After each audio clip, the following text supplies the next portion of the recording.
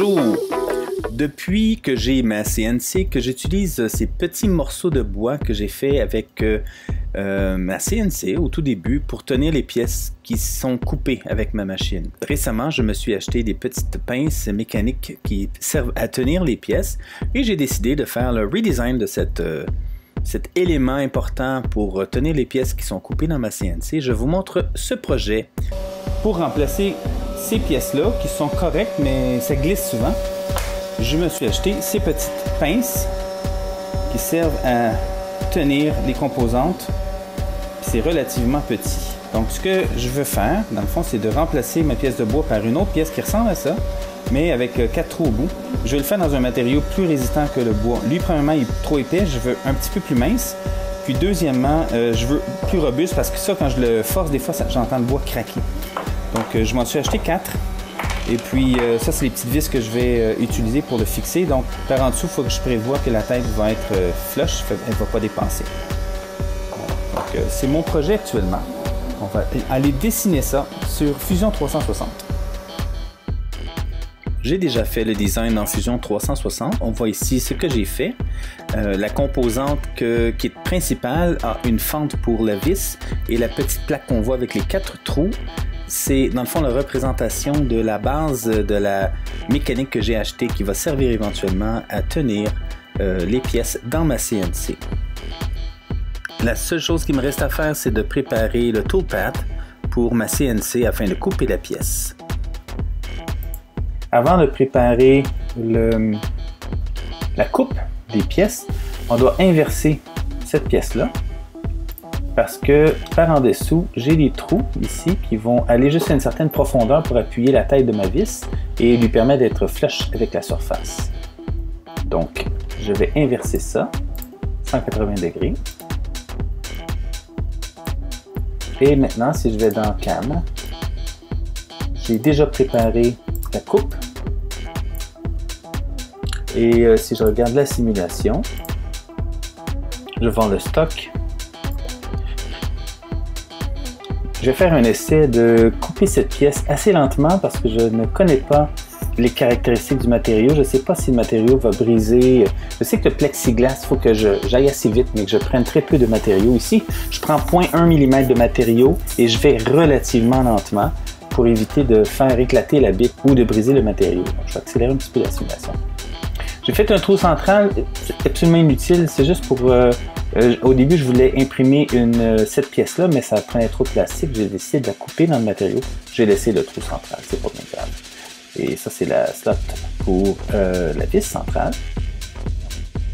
On voit que ça descend lentement. Je vais voir ce que ça va donner. Peut-être que la prochaine coupe va accélérer la vitesse de coupe, mais là, ça risque d'être assez long.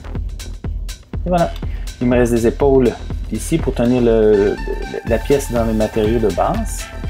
Sinon, c'est pas mal ça. Il est temps maintenant d'exporter le tout, donc on va produire le G-code. Et pour le produire, on fait Post-Process. Je vais le déposer dans mon répertoire CNC. Prochaine étape, préparer le tout pour aller couper la pièce sur ma CNC. Je vous épargne les détails, mais le programme est déjà chargé dans mon logiciel et on voit ici les commandes des instructions machine envoyées à ma CNC pour couper cette pièce. Et voilà ma pièce en cours de découpe. Le matériau utilisé est finalement assez facile à couper, je pensais pas. C'est comme du bois, j'ai l'impression. C'est pas comme du plexiglas, j'ai l'impression.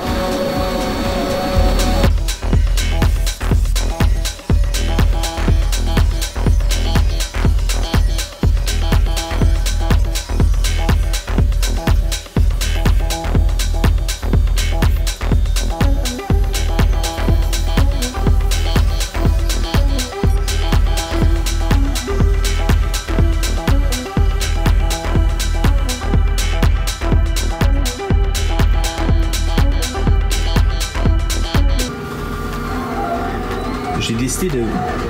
En fait, j'ai pas fait faire les trous au complet parce que la bite de coupe qui est là, c'est une 3 mm, puis le trou est de 3 mm, donc la machine refusait, puis ça ne me tentait pas de changer la bite, donc je vais faire le trou avec une drill à bonne franquette. On va essayer cette pièce-là maintenant.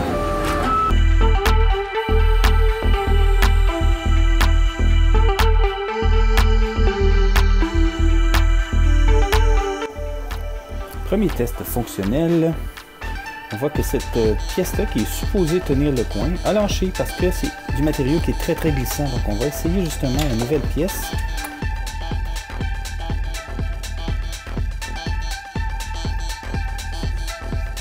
Comme on voit ici, il est décollé du fond, puis c'est bien appuyé, mais c'est un matériau qui a du flex dedans. Donc on voit très bien le travail que ça fait.